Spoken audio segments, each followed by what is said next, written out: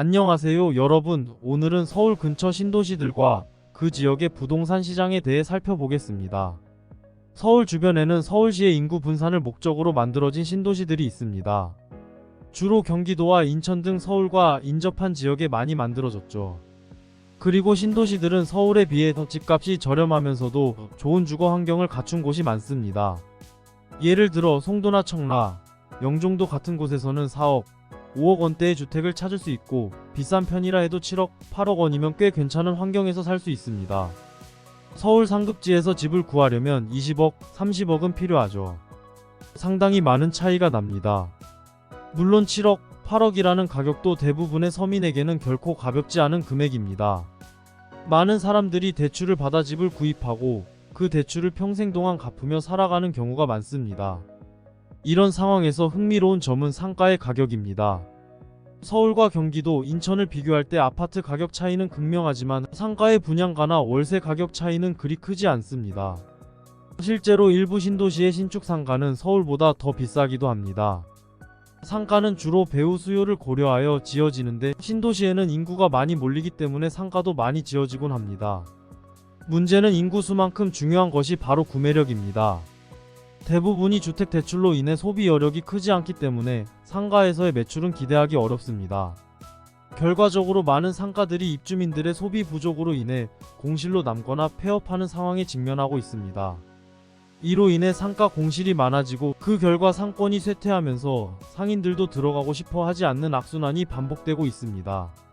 가격이 저렴하다면 상황이 나아질 수도 있겠지만 가격이 서울만큼 비싸고 장사도 안 되니 상인들은 더욱 외면하게 됩니다. 현재 전국의 많은 신도시에서 이러한 상가 공실 문제가 심각하게 나타나고 있습니다. 겉으로 보기에는 큰 문제가 없어 보이지만 자세히 살펴보면 많은 상가들이 비어있는 상태입니다. 이러한 현상은 경매 시장에서도 명확히 드러나고 있는데요. 감정가의 절반도 되지 않는 가격에도 불구하고 외면받는 상가들이 즐비합니다. 2024년 1분기에는 수도권 상가의 경매 건수가 2023년 동기 대비 2배가 넘는 1732건에 이르렀습니다. 이는 코로나19 사태가 직격탄을 날린 2020년 2분기의 1039건보다도 많은 수치로 상가 시장이 얼마나 얼어붙었는지를 잘 보여주고 있죠. 수도권의 주요 택지지구에서는 상가 물량이 대폭 쏟아지고 있으며 이로 인해 많은 경매가 이어지고 있습니다. 이런 상황 속에서 많은 투자자들은 제대로 된 세입자조차 구하지 못하고 매월 은행 이자와 관리비를 내야 하는 부담을 견뎌내야 합니다. 결국 점점 더 많은 투자자들이 무너지고 있습니다. 특히 경기 하남의 가밀지구 반도 유스퀘어에서는 9개 상가가 한꺼번에 경매에 나왔고 시흥 105 신도시 내의 서영 베니스 스퀘어에서는 7개 상가가 입찰을 앞두고 있는 상황입니다. 고양 향동, 김포 한강 하남 미사, 과천 지식정보타운 등도 비슷한 처지에 놓여 있습니다. 반면 경매 시장에서 인기 있는 매물은 아파트입니다. 대부분의 아파트는 감정가의 70%에서 80% 사이에서 낙찰되며 서울이나 수도권의 주요 지역에서는 80%, 90% 수준에서 아파트가 낙찰되기도 합니다. 상가 시장의 현황은 정말 심각한 수준입니다. 수도권 상가의 낙찰가율은 2024년 1분기 평균 67% 수준에 불과하지만 일부 고가 상가를 제외하고는 대부분이 반값 이하에 낙찰되고 있습니다. 이는 사람들이 상가 투자에 대한 매력을 더 이상 느끼지 못하고 있다는 분명한 신호입니다. 실제로 상가 낙찰률도 겨우 22%에 불과합니다.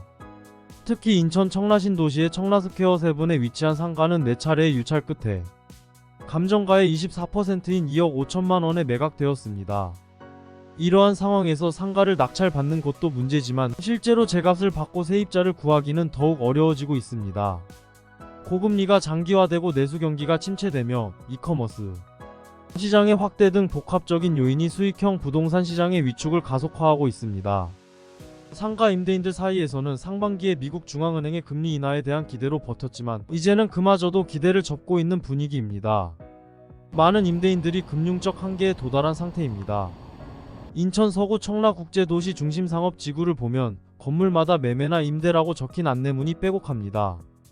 대부분의 건물에서 1층과 2층 상가는 절반 이상이 비어있는 상황이고 2023년부터 임차인들이 하나둘 떠나기 시작하면서 점점 많은 점포들이 문을 닫고 있습니다. 이미 상인들 사이에서는 죽은 상권으로 인식되고 있는 것이 현실입니다.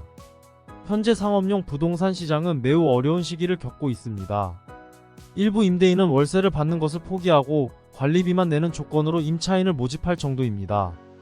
상가 주인들은 손해를 감수하면서라도 어떻게든 상가를 매각하려고 애쓰고 있지만 시장에는 매물이 넘쳐나고 상가의 투자 매력이 오래전에 사라진 상황으로 인해 매각이 쉽지 않습니다.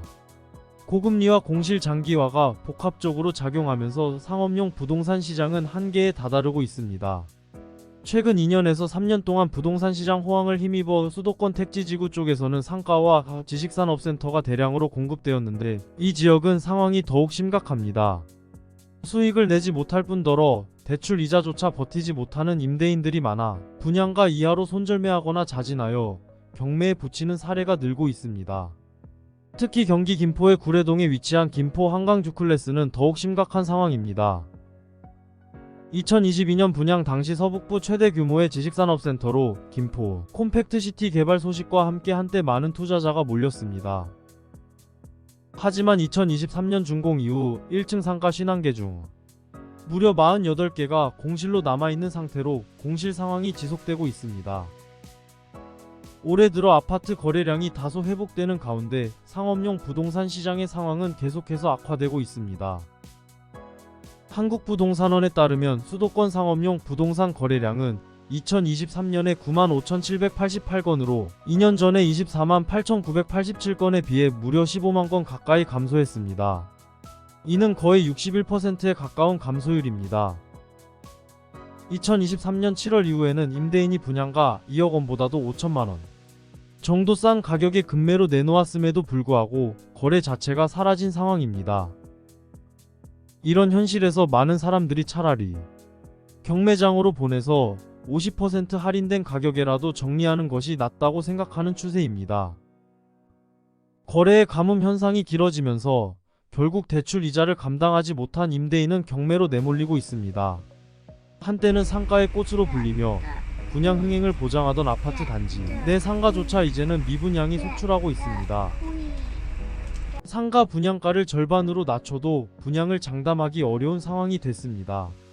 이러한 상황은 고금리의 여파로 상가가 더 이상 수익을 내기 어렵다는 인식이 전국적으로 퍼지고 있기 때문입니다. 상가를 소유하고 있던 사람들이 돈을 벌던 시대는 점점 저물어가고 있습니다. 이제 상업용 부동산 시장에서 어떤 전략이 필요한지 심도 있는 분석과 대응이 절실히 요구되는 시점입니다. 이번 영상은 여기까지입니다.